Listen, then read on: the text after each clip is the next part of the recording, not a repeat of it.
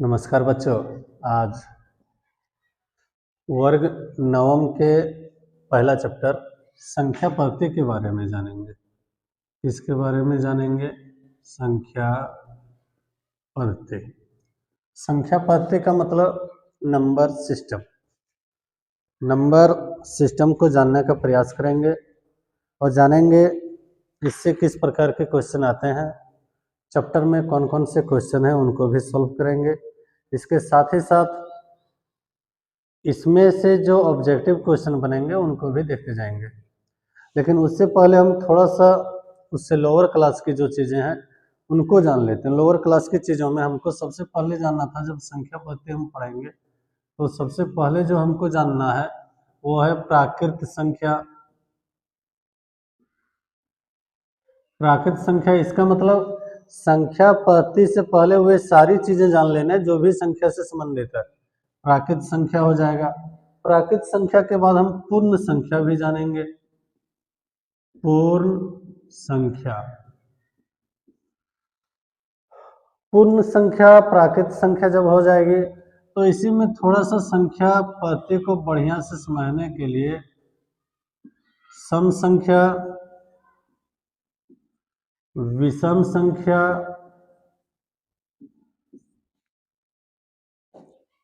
और भी आगे भाज्य संख्या या भाज्य संख्या,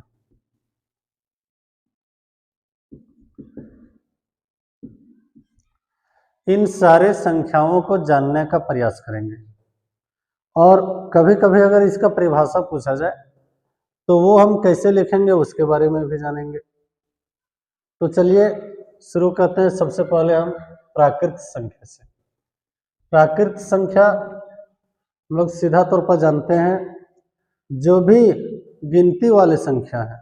कौन संख्या? गिनती वाले। तो गिनती वाली संख्या, प्राकृत संख्या का मतलब गणन की संख्या को हम लोग प्राकृत संख्या कहेंगे। तो इसकी परिभाषा में हो जाएगी गणन की संख्या को प्राकृत संख्या कहते हैं। गणन की संख्या, गणन का मतलब हम लोग जहां से गिनती स्टार्ट करते हैं, जैसे 1 से स्टार्ट करते हैं, 1 होगी, 2 होगी, 3, 4, 5, 6, 7, 8, इस प्रकार से अनंत तक। ये खत्म होने वाली चीजें नहीं है। आगे 100, 200, 500, 2,20,000, 25,000 कुछ भी जा सकता है। अनंत तक, करोड़ों या अरबों तक की संख्या होती है और वे सारी संख्याएं क्या है? प्राकृत संख्या है। प्राकृत संख्या जब हम समझ गए तो उसके बाद जब हम लोग जानेंगे पूर्ण संख्या। पूर्ण संख्या, पूर्ण संख्या इसका मतलब है प्राकृत संख्या तो रहेगा ही रहेगा, लेकिन उसमें हम जब जीरो को लगाए थे, शून्य को लगाए थे, तो इसका मतलब हो गया शून्य और प्राकृत संख्या को पूर्ण संख्या कहते हैं। तो इसमें ये जीरो से होगा 1, 2, 3, 4, 5, 6, 7, 9, 10, ये अभी अनंत तक जाएंगे। यहाँ देखने वाली बात है, क्वेश्चन में अक्सर पूछा जाता है, ऑप्शन में मान लीजिए दिया रहता है 0, 1, 2, 3, 4, ऑप्शन में हो सकता है ऐसा दिया रहे, तो इनमें से कौन प्राकृत संख्या वो का समूह है। अगर ऐसा दिया रहे तो 0 तो प्राकृतिक संख्याओं का समूह नहीं है, तो ये नहीं हो सकता है। अगर इनमें से पूछा जाए कि इनमें से कौन पूर्ण संख्याओं का समूह है, तो उसको थोड़ा सा 3-4 ऑप्शन देख लेते हैं, उसके बाद देखते हैं। मान लीजिए ऑप्शन ए में दिया है 0, 1, 2, 3। ऑप्शन 2 में दिया है 2, 4, 6, 8। ऑप्शन 3 में दिया है 3, 6, 9, 12। ऑप्शन 4 में दिया है 2, 3, 5, 7।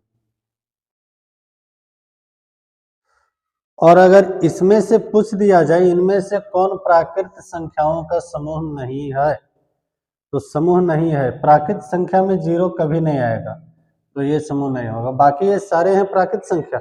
हाँ, ये बात अलग है कि ये भाज्य संख्या है, ये भाज्य संख्या है, ये सम संख्या, और ये इनमें से कुछ विषम संख्या भी है, तो उसके बारे में बाद में जानेंगे।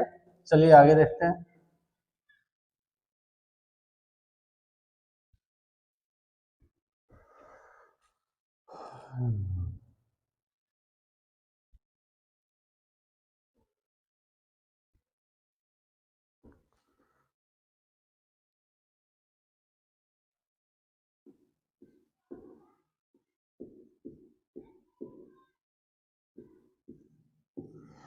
देखिए, जब संख्या पद्धति में हम लोग प्राकृत संख्या और पूर्ण संख्या समझ जाएंगे।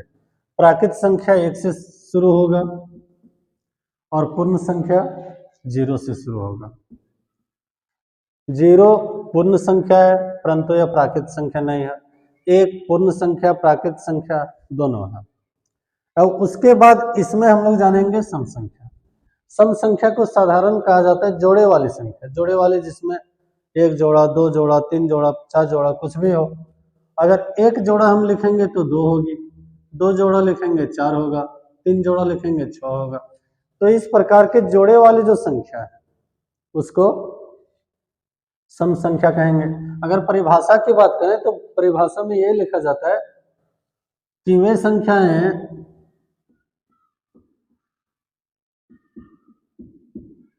जो 2 से विभाज्य हो,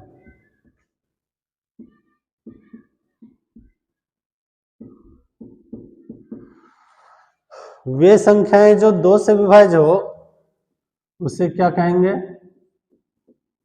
उसे सम संख्या कहते हैं। 2 से विभाज्य जो भी संख्याएं हैं वो सम संख्या कहलाएगी। एग्जाम्पल में इसका हो जाएगा 2, 4, 6, 8, 10, 12, 14, 16, 18, और यह भी अनंत तक जाएगी। अनंत तक जो भी संख्याएं 2 से विभाज्य होगी सम संख्या होगा, और जो 2 से विभाज्य नहीं होगा, अब कुछ संख्याएं ऐसी होगी जो 2 से विभाज्य नहीं होगी, तो जो संख्याएं 2 से विभाज्य नहीं होगी वह संख्या हो जाएगा विषम संख्या। विषम संख्या का मतलब वे संख्याएं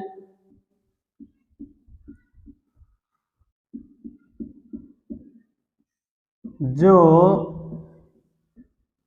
2 से विभाज्य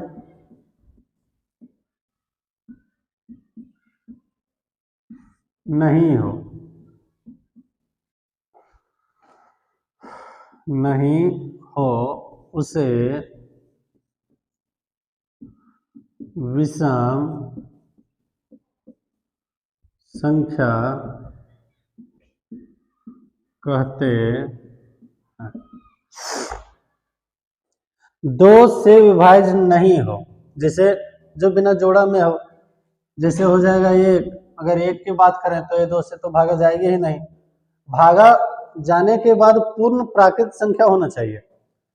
3, 5, 7, 9, 11, 13, 15, 17, 19, 21, ये सारे जो संख्याएं हैं वो कहीं ना कहीं 2 से पूर्ण रूपेण विभाज्य नहीं है।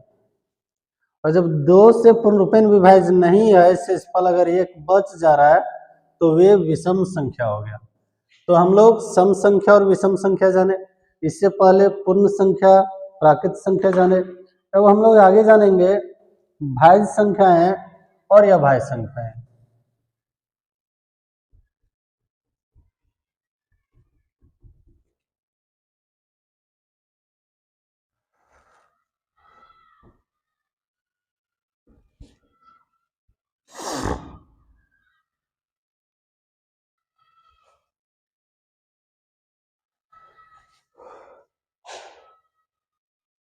आगे हम बोले भाज्य संख्याएं और अभाज्य संख्याएं।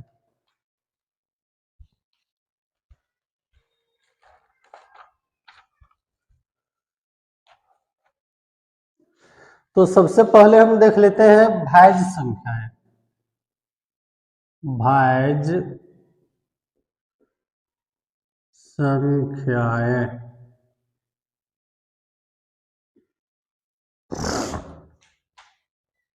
भाज्य संख्याएं, तो भाज्य संख्याएं जो स्वयं एक के अलावे किसी और भी संख्याओं से विभाज्य हो। इसका मतलब वे संख्याएं होंगे, वे संख्याएं जो एक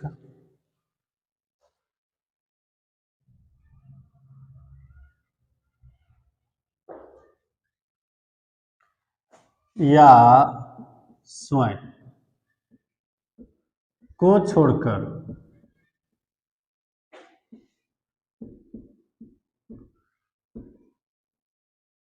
किसी अन्य संख्या से भी, किसी अन्य संख्या से भी विभाज्य हो। एक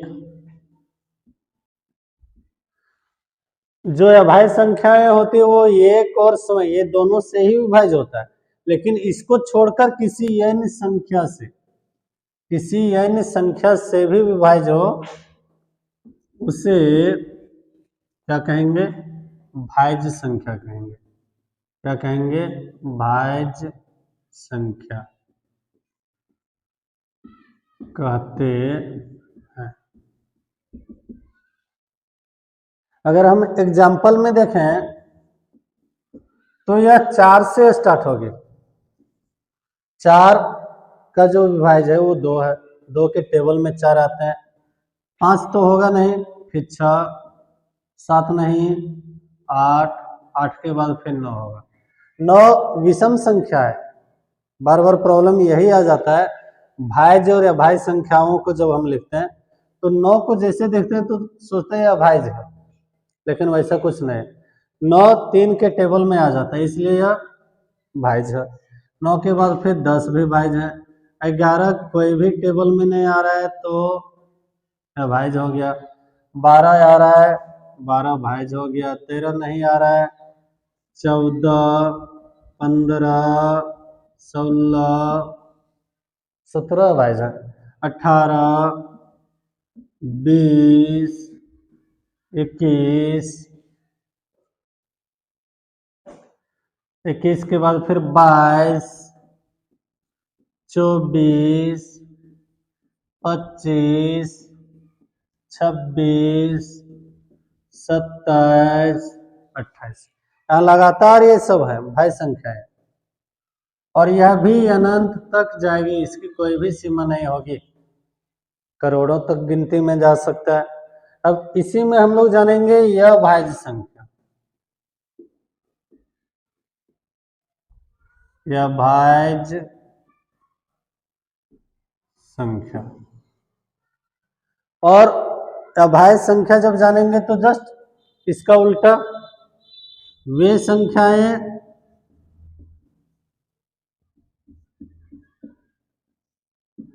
जो एक या स्वयं के अलावे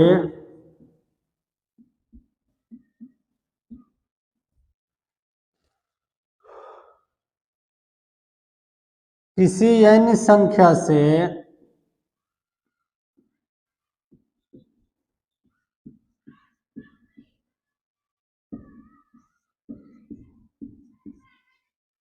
विभाज्य न हो, विभाज्य न हो। ऐसे भी लिख सकते हैं वे संख्याएं जो केवल एक या स्वयं से विभाज्य हो, बाकी कोई भी संख्या से विभाज्य ना हो, तो उसे क्या कहेंगे? उसे अभाज्य संख्याएं कहते हैं। संख्या कहते हैं। अगर एग्जाम्पल में हम देखें तो ये 2 से स्टार्ट हो जाएगी। 2 सम संख्या है किंतु अभाज्य संख्या है। 2 सम संख्या है किंतु अभाज्य संख्या। अभाज्य संख्या इसलिए 2 जब भी भागा लगेगा तो 1 से लगेगा या फिर 2 से लगेगा। तो 1 या स्वयं इसको छोड़कर किसी अन्य संख्या से विभाज्य होना चाहिए। 2 के बाद 3 होगा, 4 तो हम इसमें लिख चुके हैं, 5 होगा, 7 के बाद सीधा 11, चूंकि 9 और 10 इसमें है। 11 के बाद 12 तो इसमें है, तो 13, 14, 15, 16 के बाद जो यहाँ मिसिंग वर्ड है, मिसिंग नंबर है 17। तो यह भी अनंत तक जाएगी। तो इस तरह से हम लोग भाज्य संख्या और अभाज्य संख्या को भी जान लिए। अब हम लोग जानेंगे धनात्मक। धनात्मक का मतलब धन आवेश वाली संख्या है। वे संख्या जो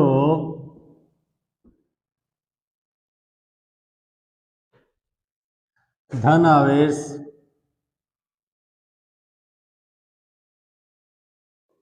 वे संख्याएं जिनके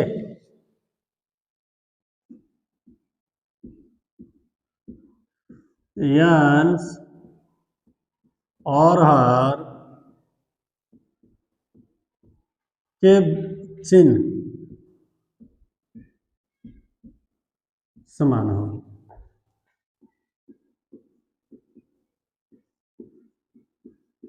अंश और हर के चिन्ह समान हो, इसका मतलब हो गया अगर हम कोई संख्या लिखें 2 तो इसमें ऊपर में भी 2 और नीचे भी 2। अगर हम लिख दिए -2 तो ऊपर में तो -2 है, नीचे में +1 है। ऊपर में और नीचे में ये दोनों जगह समान जब चिन्ह रहेगा तो धनात्मक होगा। इसको हम दूसरे तरीके से यह भी लिख सकते हैं जिसमें धन आवेश का चिन्ह हो। किसका आवेश हो? धन आवेश का, या जिसमें धन आवेश का चिन्ह हो,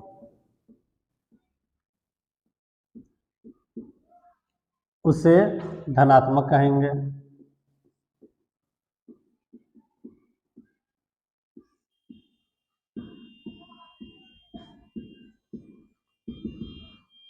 धन आवेश के चिन्ह वाले को धनात्मक। अगर एग्जाम्पल में देखें तो बहुत सारी संख्याएं आएगी, 1, 2, 5 या और यह भी अनंत तक जाएगी कुछ भी। अब इसी में हम लोग जानेंगे ऋणात्मक संख्या।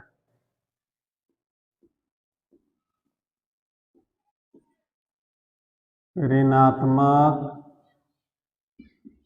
संख्याएं। ऋणात्मक संख्याएं अगर इस प्रकार से लिखते हैं तो वे संख्या जिनके अंश और हर के चिन्ह या समान हो, या जिनमें ऋण आवेश का चिन्ह।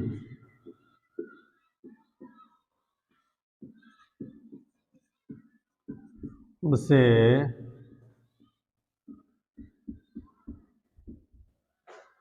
ऋणात्मक संख्या कहते। ऋण आवेश का चिन्ह, इसका मतलब कहीं ना कहीं हम जो भी संख्या लिखेंगे वो माइनस को दर्शाते हैं। अगर हम ऐसे भी लिखें 4/2, इसमें प्लस दे दिए और इसमें माइनस, तो ये ऋणात्मक हो गया। ऐसे अगर लिखें 3 और यहाँ 2, यह भी कहीं ना कहीं ऋणात्मक संख्या है। दोनों चीज होना चाहिए, अंश और हर का चिन्ह या समान। इसमें माइनस है, इसमें प्लस है, इसमें प्लस है, इसमें माइनस है, तो ये सारे ऋणात्मक हो गए। 15 माइनस में 20, और यह भी अनंत तक जाएंगे। तो अब वर्ग नवम के संख्या पद्धति का जो प्रमुख टॉपिक है, और प्रमुख टॉपिक में है परिमेय संख्या। हम लोग परिमेय संख्या के बारे में जानेंगे, और परिमेय संख्या में क्या क्या परेशानी आती है उसको भी जानेंगे, जिससे कि आने वाले समय में उस प्रकार की परेशानी न आए।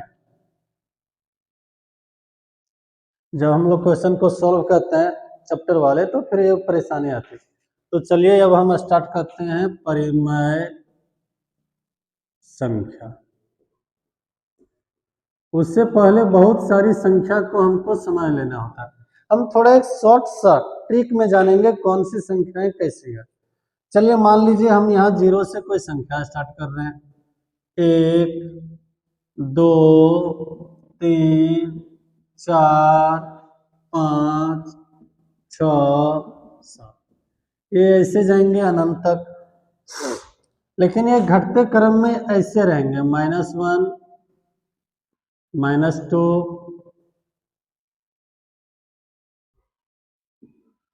-3 -4 -5। घटते और बढ़ते दोनों क्रम में हम संख्याओं को लिख लिए। अब देखिए एक साधारण सा ट्रिक में, हम यहां से जब आगे बढ़ेंगे, यहां से जब हम यहां से आगे इधर बढ़ रहे हैं, तो ये हो गया प्राकृत संख्या। ये क्या हो गया? प्राकृत संख्या। जब हम यहां से आगे इधर बढ़ रहे हैं, तो ये क्या हो गया? ये हो गया पूर्ण संख्या। यहां से आगे बढ़ रहे हैं तो इधर प्राकृत संख्या, यहां से आगे बढ़ रहे हैं तो पूर्ण संख्या। यहां से अगर इधर जाएंगे तो ये हो गया धनात्मक संख्या।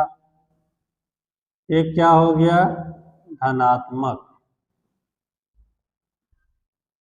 और अगर अब यहां से इधर जाएंगे तो ये क्या हो गया? ऋणात्मक। जितना भी हम पीछे चले आए वो ऋणात्मक होगा, जितना भी हम आगे चले जाएं वो धनात्मक होगा। इसमें से एक प्रॉब्लम यह भी होती है, कहीं कहीं लिखा रहता है -5 और 15, ये दोनों में बड़ा कौन? तो 15। लेकिन अगर लिखा रहता है -15 और 5, ये दोनों में बड़ा कौन? तो बच्चे यहाँ भी कंफ्यूज हो जाते हैं कि ये तो 15 है, और 15 गिनती में तो बाद में आती है, और ये तो 5 है, ये तो पहले आ जाती है, तो बड़ा ये। ऐसा नहीं होता है। हमको ये देखना होगा, इसमें माइनस का चिन्ह लगा है तो ये कहीं ना कहीं इधर से पीछे में है। इधर 5 6 7 8 9 10 11 और भी पीछे जब जाएंगे, और ये कहीं ना कहीं यहाँ है। तो दाईं ओर जो संख्या होगी वो धनात्मक, बाईं ओर जो है वो ऋणात्मक। 0 के दाईं ओर धनात्मक, 0 के बाईं ओर ऋणात्मक। अब इसमें से इन सारे संख्याओं को अगर हम मिला दें तो ये हो गया हमारा वास्तविक संख्या। ये क्या हो गया? वास्तविक संख्या। लेकिन इनमें से एक चीज और हमको जानना था, पूर्णांक। क्या जानना था? पूर्णांक। पूर्णांक में देखो हमेशा कहा जाता है, जब हम परिमेय संख्या पढ़ेंगे उसमें एक चीज आएगा पूर्णांक। तो पूर्णांक के बारे में ये जानना हो जो पूर्ण अंक में हो, जैसे 0 और 1 के बीच में आता है 0.5, 0.7, यह भी संख्या ही है लेकिन ये पूर्ण अंक में नहीं है। पूर्ण अंक का मतलब पूर्ण अंक होना चाहिए, या तो 0 होना चाहिए या 1 होना चाहिए। 2, 3, 4, 5, तो ये सब पूर्णांक भी है, ये सब क्या है, पूर्णांक। तो जब हम इसको समझ लेंगे, यह प्राकृत संख्या को समझ लिए हैं, पूर्ण संख्या को समझ लिए, धनात्मक और ऋणात्मक समझ लेने के बाद तब आगे हम लोग जानेंगे परिमेय संख्या। तो चलिए देखते हैं परिमेय संख्या। परिमेय संख्याओं में 3 या 4 चीजें कॉमन है जिसको हर हाल में जानना होगा। तो इसमें कहा जाता है, परिभाषा जब हम लिखेंगे, वे संख्याएं जिसे हम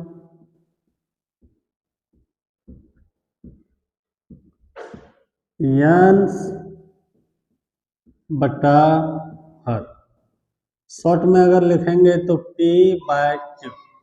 बहुत लोग इसे A/B के रूप में भी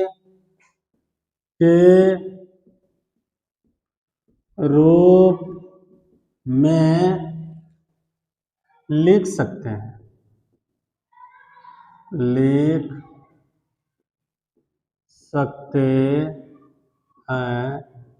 जहां देखिए, जहां अंश और हर,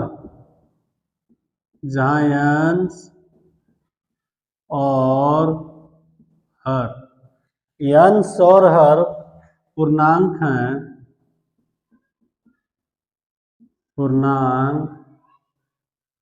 हो तथा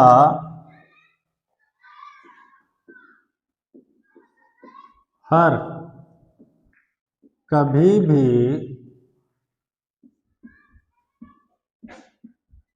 शून्य के बराबर न हो,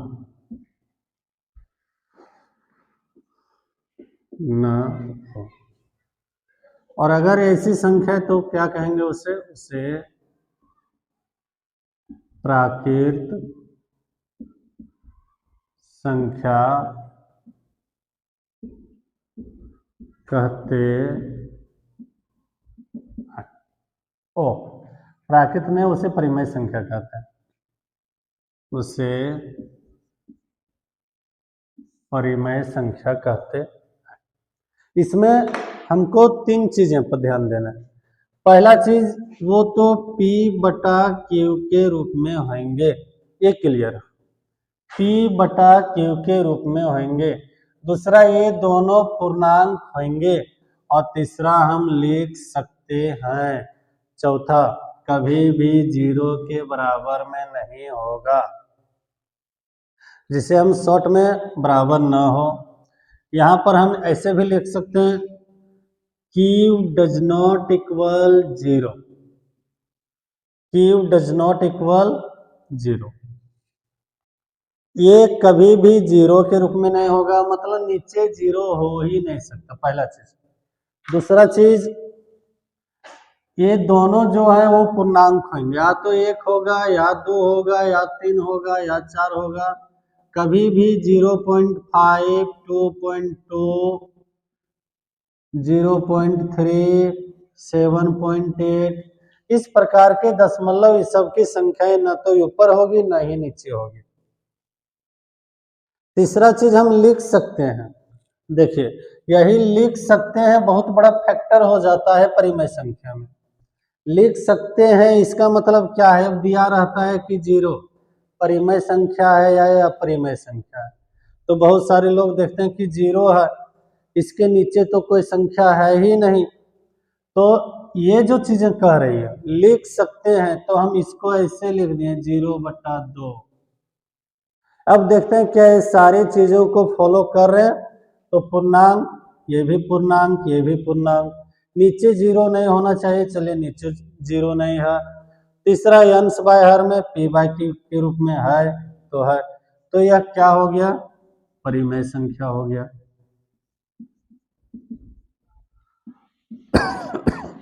और भी एग्जाम्पल देखते हैं हम, जैसे 0.4। अगर क्वेश्चन में दिया रहेगा 0.4 परिमेय संख्या है या यह परिमेय संख्या है, तो परेशान नहीं होना है और बिना देखे यह परिमेय में इसमें टिक भी नहीं लगा देना। हम इसको जानेंगे। पहला चीज अंश बटा हर के रूप में लिख सकते हैं। चलो लिखने का प्रयास करते हैं। 0/0.4 बराबर, ये पॉइंट को हटाएं, 1 पड़ा, 4 के बदले में 0 पड़ा, 4/10। चलिए 0.4 आ गया किसमें, 4/10 में। अब जब ये 4/10 में आ गया तो देखें P/Q के रूप में है तो है, नीचे 0 है क्या, नहीं है, हमने लिख लिया तो लिख लिया, तो ये क्या हो गया, ये हो गया परिमेय संख्या। कुछ और भी ऑप्शन लेते हैं।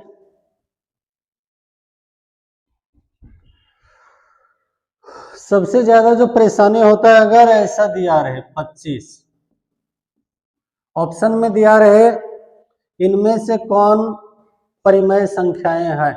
चलिए हम 3 ऑप्शन देख लेते हैं, 11, 25, 2 और फिर 29। तो ऐसा नहीं कि इनमें से सब यह परिमेय है, परिमेय है। पहला चीज अंश बटा हर, हम इसको जब सॉल्व करेंगे तो आ गया 5/1 कर सकते हैं। यहाँ पर लिखा है 0 नहीं होना चाहिए, हम 0 नहीं देंगे, 1 तो दे सकते हैं। इसको जब हल करेंगे 2.14 कुछ आएगा, इसको जब हल करेंगे अलग आएगी, इसको जब हल करेंगे तो अलग आएगी, तो ये सब तो यह परिमेय हो जाएगा, लेकिन यह परिमेय है। अगर कोई पूछ दे कि 0.25 क्या है, तो वह भी परिमेय है। ऐसे 0.25 अभी हम लिखें √25, तो 0.25 को जब हल करेंगे 0.25, ये पॉइंट के बदले में 1 और ये 2 को 0, तो ये हो गया 25/100। क्या हो गया, परिमेय संख्या हो गया, अंश और हर में है, नीचे 0 नहीं है। इसको जब हम हल करेंगे तो √25 का मतलब हो गया 5/1 लिख सकते हैं। 5/1 नहीं लिखेंगे तो 10/2 लिख सकते हैं। तो यह भी क्या हो गया, यह भी परिमेय संख्या हो गया। तो इस प्रकार से बहुत सारी चीजें हैं जो परिमेय संख्याओं में आती है, लेकिन हम लोग अनदेखा करके उसको यह परिमेय बनाए थे, और जब क्वेश्चन आते हैं इस प्रकार के तो हम लोग सीधा ले लेते हैं यह तो यह परिमेय है, क्या है, यह परिमेय।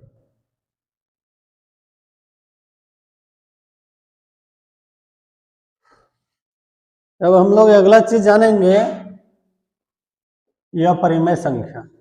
तो वे संख्याएं जिसे हम अंश और हर P/Q के रूप में नहीं लिख सकते हैं, नहीं लिख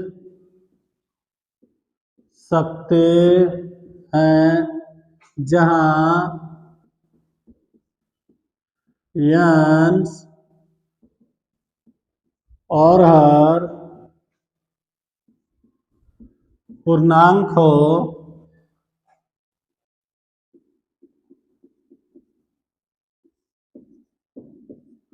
तथा हर कभी भी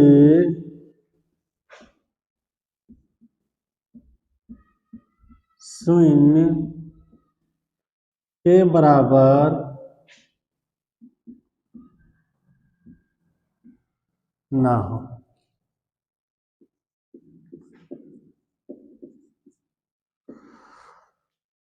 शून्य के बराबर ना हो, फिर इसका मतलब हो गया Q does not equal 0, Q does not equal 0।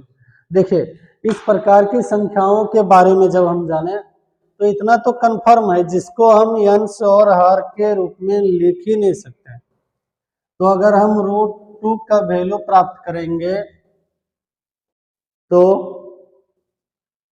1.246 कुछ आएगा, और ये चलते रहेगा अनंत तक, कहीं खत्म होने वाले नहीं।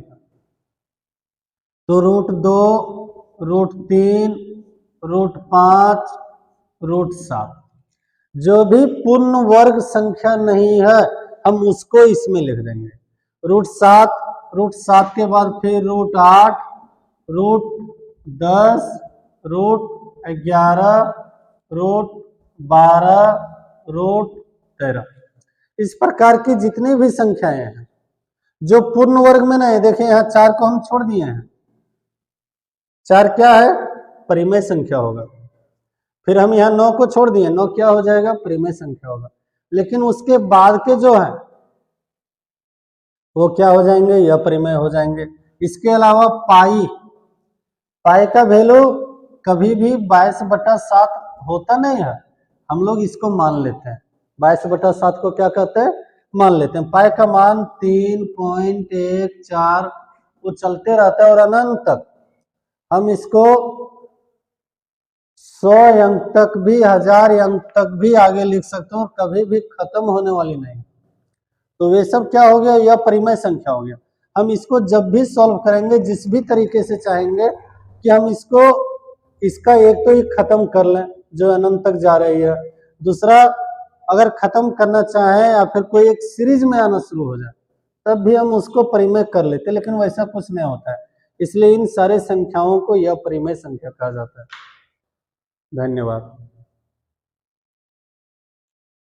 थोड़ा इंक ले लेते हैं, देखते हैं क्लास।